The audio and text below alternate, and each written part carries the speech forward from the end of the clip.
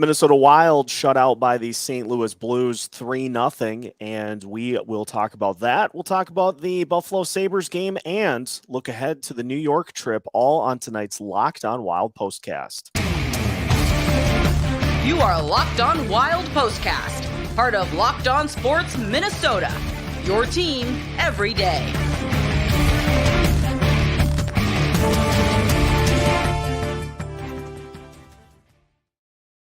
Welcome into tonight's Locked On Wild postcast. Minnesota Wild shut out 3-0 at the hands of the St. Louis Blues tonight, and we are breaking down all the action. Seth Topol joined by Kevin Gorg, and a little bit of a contrast in styles, Kevin, between last night's game and tonight's game. You had the high-flying offense against Buffalo and a few defensive breakdowns leading to that overtime loss, and then you have a real tight physical matchup that we've come to expect against St. Louis here tonight. And ultimately the Wild get 1 point out of the two, but a couple of physical games for the Wild here this weekend.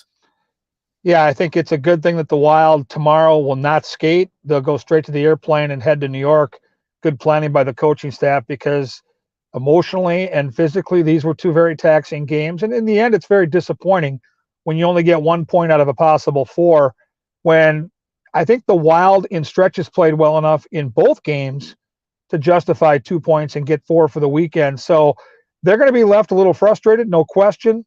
But there were some lessons learned along the way as well. And I think when you play St. Louis, you know it's going to be a muck and grind kind of game. And when you take a penalty early and give up a power play goal, it's going to be an uphill battle.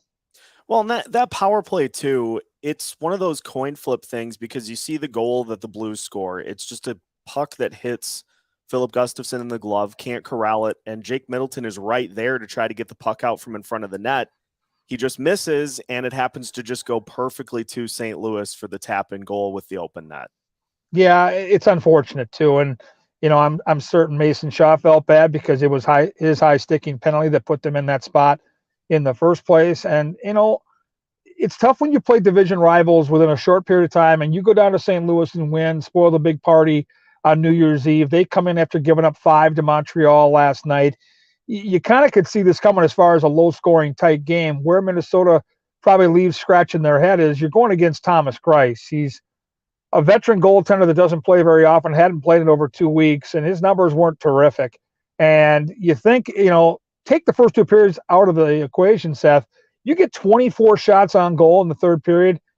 More often than not, you're going to get a goal. And I thought at any point if that game got to 1-1, with the crowd, which was really actually very energetic tonight, I think the Wild ended up winning the game, but they just couldn't solve them. Well, and even in that third period, there were instances where you almost want the team, you want the team to shoot whenever they can, but even with that volume of shots in the third, it seemed like there were some opportunities for more to try to pepper Greiss, who was great tonight, but it seemed like they just needed that one goal to get things going. And to your point, I think as the game went on, they tried to get a little more perfect on their attack. And I think he was giving up some rebounds. Ryan Carter talked about it on our broadcast tonight, that, you know, he was kind of fighting, even though he was in good position and he was coming way out of the net to challenge.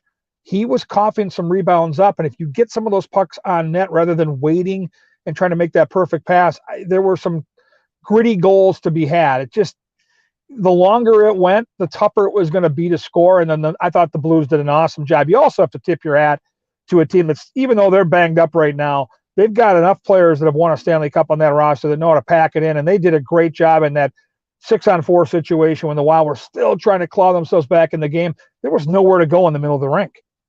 We saw the return of Brandon Duhaime yesterday. He scores a goal in his return, of course. And I thought he has looked like a guy who is definitely going to be in the regular lineup. You know, we've talked over the course of the season that when the Wild get to fully healthy, there are going to be some lineup decisions.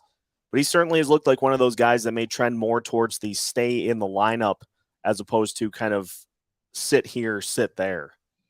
Yeah, a little shout out to Andy Ness, who's the skating coach for this hockey team. And more often than not, in situations like we've seen with Ryan Hartman and Brandon Duhaime, when they're taking the long road to recovery, those first couple of weeks, they're skating on their own. That's the guy that's pushing them.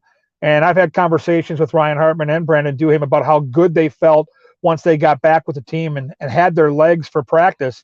And Duhaime was dialed in last week when we got to watch practice, and he was razor sharp, and he was intense, and he was stirring trouble up out there, which is his game, and so that competition, as you and I have talked about a couple times here on the show, is excellent for the coaching staff, because now Mats Zuccarello is going to go on the trip. We don't know what his status is yet for Tuesday's game, but being a former Ranger and a beloved player out there, he's going to do everything he can to get on the ice.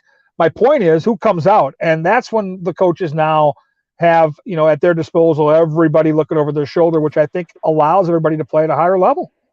We seem to have avoided serious injury with both Ryan Hartman and Joel Eriksson. They both came out of this game, and so you have a Wild team that is missing Jordan Greenway, who was not available for tonight's game.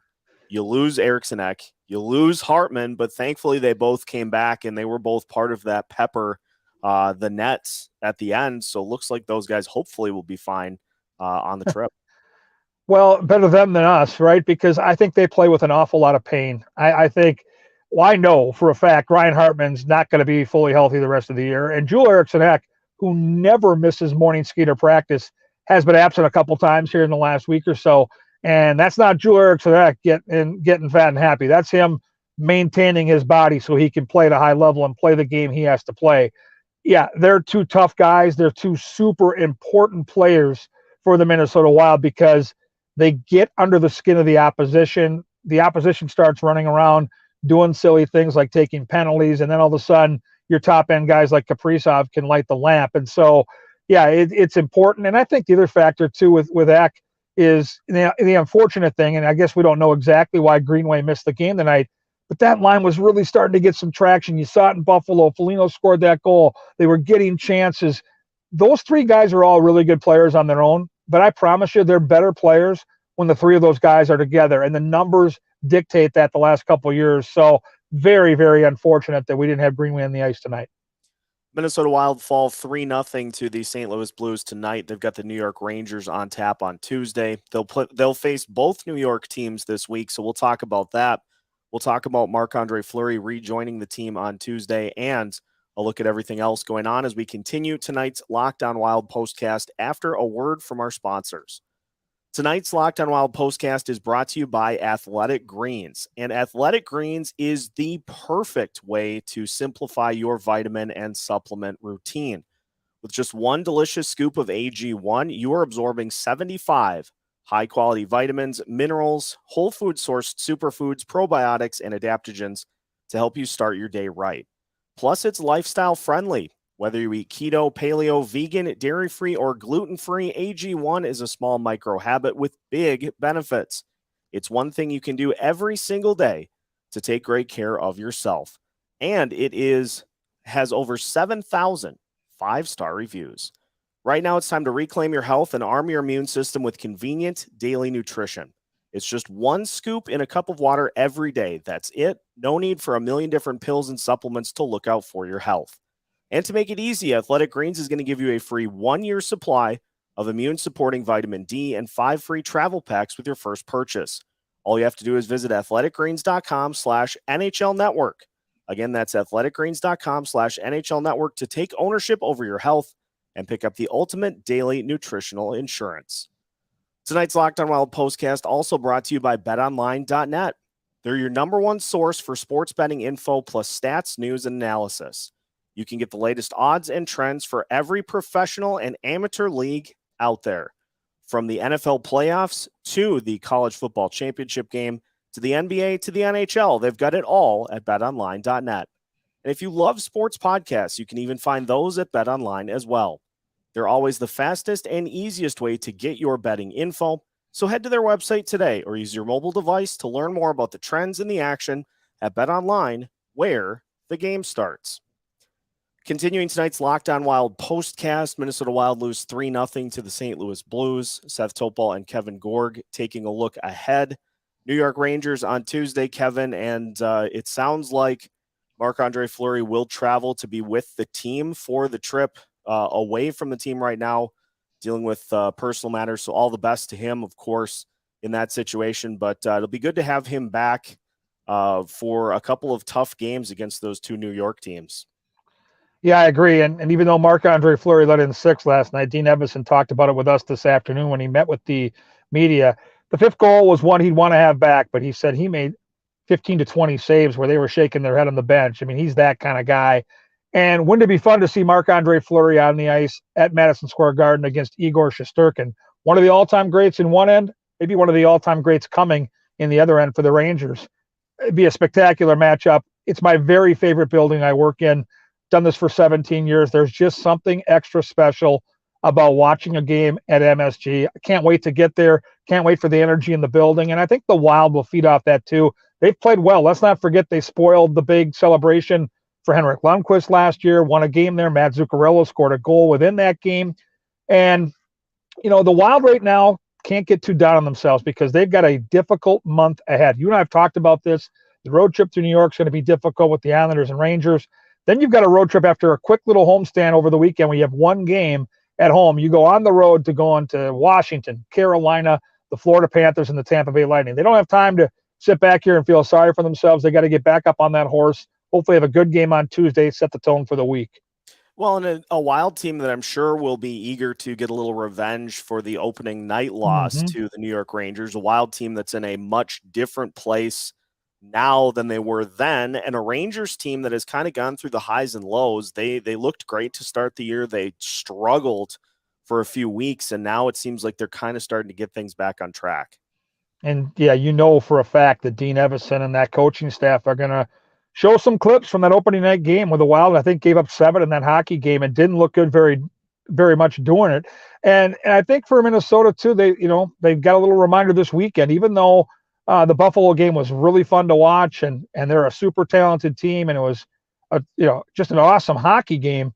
The Wild aren't going to outscore teams. Dean Evison said that their identity gets back to shutting teams down, playing that gritty game. They can score plenty of goals, but they do it a different way. And to beat the Rangers, you look at that game and look how they won that game last year. I think it was a 3-2 hockey game. That's the type of game you're looking for. They tried to run and gun with them opening night. They got crushed doing it.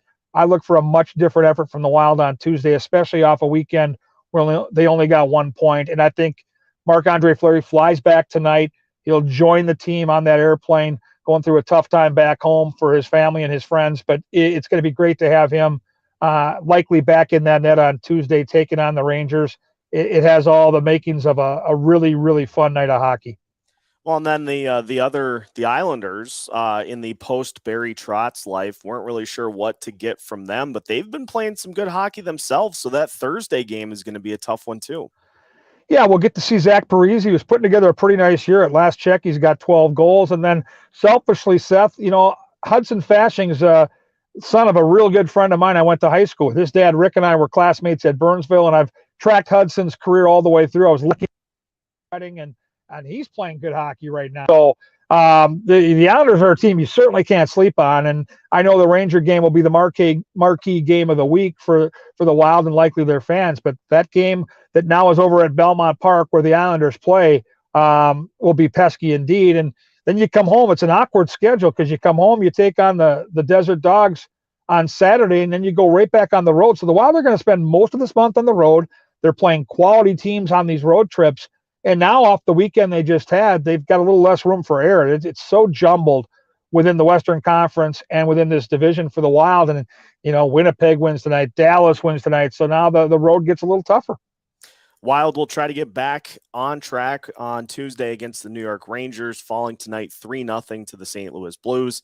That will do it for tonight's Locked on Wild postcast. Kevin, as always, thank you for the time. We look forward to getting a chance to check in with you after the game against the Rangers. So we'll see how the Wild are able to do. And for Locked on Wild listeners, make sure you check out tomorrow's episode of Locked on Wild, as well as all of these postcasts that we get a chance to do as we keep you up to date with everything going on with the Minnesota Wild. We've got new episodes all week long, pre-game content, post-game content, you name it, we've got it. So make sure to subscribe and follow along as we guide you through the rest of the season. New episodes every Monday through Friday as part of the Locked on Sports Podcast Network.